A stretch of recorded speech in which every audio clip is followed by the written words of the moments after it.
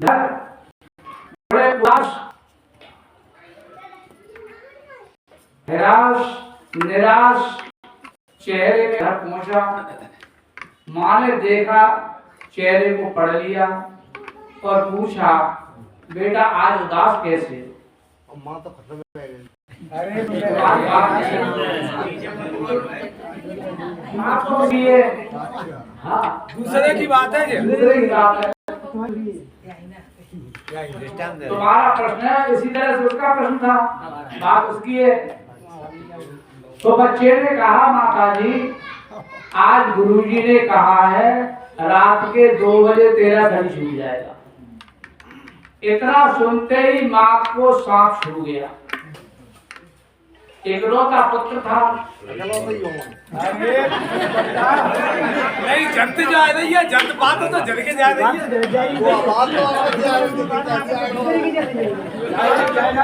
आ रही है तुम पे आ रही है, बताओ आ रही है तुम पे आ रही है।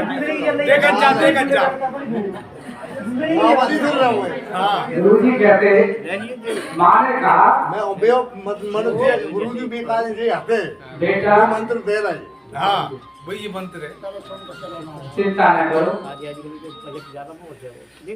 बेटा चिंता में डूब गया, माँ भी चिंता में डूब गई। देखते देखते पिताजी आए तो घर में चहल पहल नहीं है, बड़ा शांत वातावरण है। बेटा भी शांत है, माँ भी शांत है। पिता ने पूछा कि आज मामला क्या है, आप लोग शांत कैसे हो? माँ ने समझाया कि आज आश्रम पर गया, गुरुजी ने कहा है रात के 2 बजे तेरा शरीर छूट जाएगा। गुरुजी पर माता पिता बेटा का विश्वास था, भक्त परिवार था। पिताजी को भी सांप छू गया। पिताजी भी शांत हो गए एकदम। क्यों? गुरु झूठ नहीं बोल सकते। गुरु जी ने कहा बिल्कुल सही कहा है। इधर घर की चहल पहल समाप्त हो गई है, खुशियां गायब हो गई हैं। अड़ोसी पड़ोसी देखते हैं कि आज इस घर में क्या हो गया। आगे पूछा तो बताया कि आज गुरुदेव ने कहा है इस बच्चे का रात के 2 बजे शरीर छूट जाएगा। महाराज एक ही बेटा है और उसका भी रात के 2 बजे शरीर छूट जाएगा, घर का दीपक ही बुझ जाएगा, तो चहल पहल खाएगी। अब पड़ोसी समझाते हैं गुरुजी ने वैसे ही कह दिया होगा। तुम गुरुजी की बात को ये बात सही मानते हो? छोड़ो जो बात है, इस बात में कोई दम नहीं है। लोग समझा रहे हैं पर लोगों की बात गले नहीं उतर रही। देखते ही देखते पूरा गांव इकट्ठा हो गया, घर भर गया। समझाने वाले समझा रहे हैं पर किसी की बात गले नहीं उतर रही।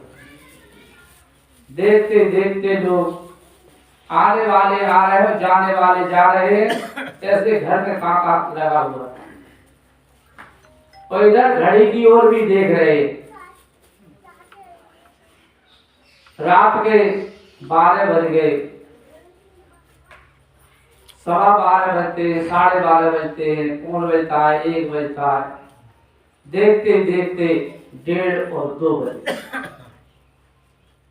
हो सकता है थोड़ी कहीं विलंब हो गई हो, बहुत वो आ ही नहीं हो, तो देखते देखते 2:30 बज गए, 3 बज गए, 4 बज गए। अब ऐसा तो नहीं हो सकता। मालूम पड़ता है गांव के लोग कह रहे वही बात सही है, गुरुजी ने झूठ बोल दिया। सवेरे 8 बजे बच्चा पुनः आश्रम पर जाता है तो कहता है गुरुदेव आप तो कह रहे 2 बजे शरीर छूट जाएगा, अब तो 8 बज गए, मेरा कहाँ शरीर छूटा है? गुरुजी कहते ये बात छोड़, ये बता तेरा मन कितना भजा, बदल गया। मन आज कितना भजा? आज तो बहुत बदल लेगा गुरुजी मन का तो पता ही नहीं चला। सवेरा कहाँ हो तो भूख पहले ही सवेरे हो गए रात भाई कहाँ है हमें ये जागी चिंता मत कर। मन गुरुजी ने कहा मैंने तुम्हारे को इसीलिए समझाया, मन को शांत करने का एकमात्र यही उपाय। आज इतनी बात सुनकर के आप इतने गंभीर हुए, पूरा घर दुखी हुआ, गांव में चिंता का हुल्ला हो गया, कोलाहल हो गया। बेटा हम तो रोजाना मौत को याद करते हैं। जय मरने से जग डरे मेरे मन आनंद, कब मरे हो तब पाए हो पूर्ण परमानंद।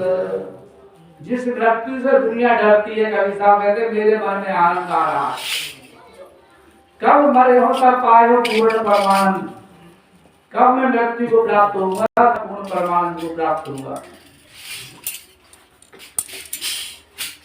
सही बात तो यह है, जीव की कभी मौत होती ही नहीं। जब कभी भी मौत होती है तो शरीर की होती है। शरीर का जन्म होता है, शरीर की मृत्यु होती है। जीव का न कभी जन्म होता है न कभी मृत्यु होती है। ये तो संयोगवश है, प्रारब्धवश शरीर मिला है और प्रारब्ध पूरा होने पर शरीर छूट जाता है।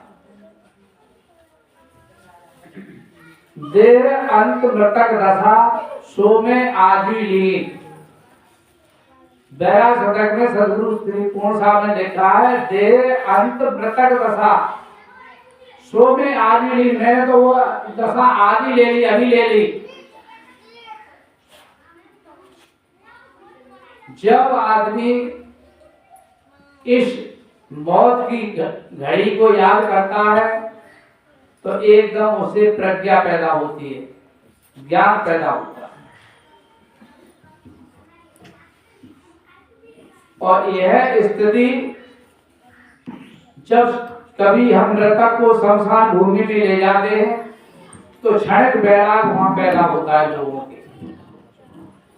लोग कहते हैं देखो भैया, दुनिया का महापुरुष आज एक मुट्ठी राख हो गया,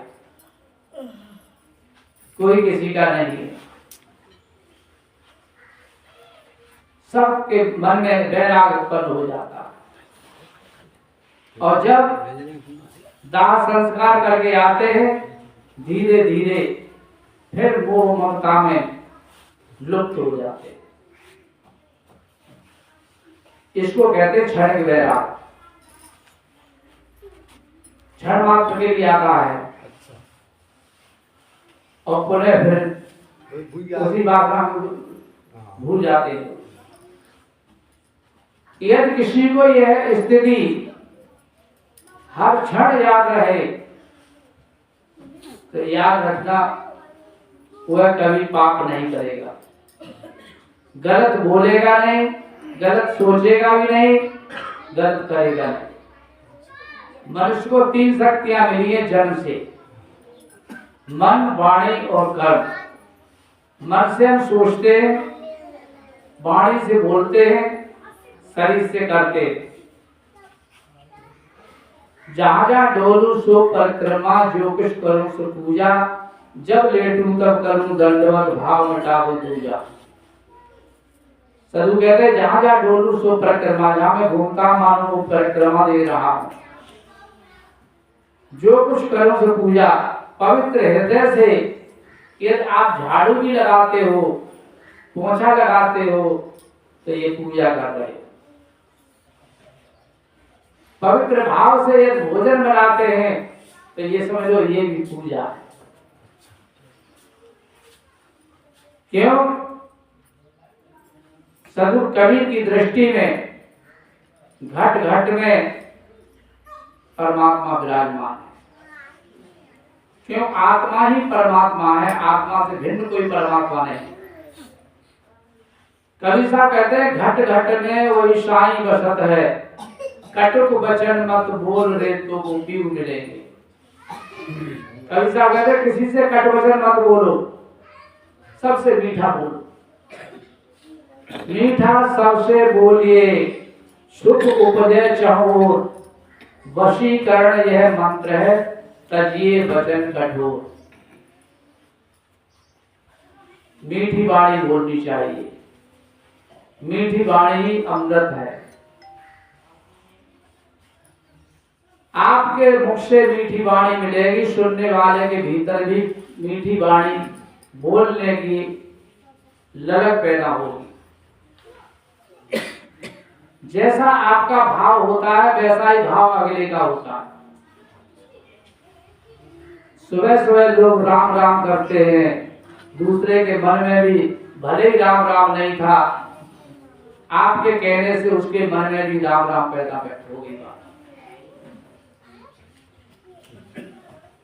आवत गाली एक है, पलटत होत अनेक, कहाँ कभी ना पलटिए रहे एक किए।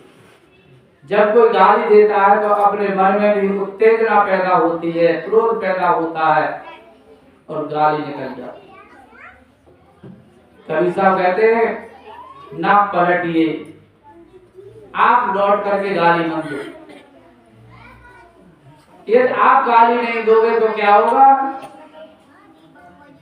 कहा कभी ना पलटिए तो रहे एक की एक, वो एक तरफा रह जाएगी उसकी, और उसको पश्चाताप होगा कि मैंने देखो गाली दी, भाई साहब ने लौट के जवाब नहीं दिया। अपने आप को धिक्कारेगा, मुझे धिक्कार है, मन में पश्चाताप होगा, खेद होगा। संत यही करते हैं। कभी कभी संतों को भी लोग कट वचन बोल देते हैं। साथ वही जो सहते हैं, दुष्ट वही जो कहते हैं। यदि कोई गरम गरम बात करता है तो समझ लो कोई दुष्ट हृदय है, और ऐसे कठोर वचनों को जो सहन कर ले वह संत हृदय। इसलिए संत हृदय नवनीत समाना, संतों का हृदय निर्मल होता है, और जो संतों का संग करता है उस भक्त का भी हृदय निर्मल हो जाता है। देखते देखते उन भक्तों में से ही लोग संत हो जाते हैं। क्या करता है? संतों की भावना को सुन करके, देख करके भक्त लोगों के हृदय में भी संत हृदय पैदा हो जाता है, उनको भी भक्ति भाव जग जाती है। हाँ बिल्कुल, बोलिए गुरु महाराज की जय। हाँ हाँ,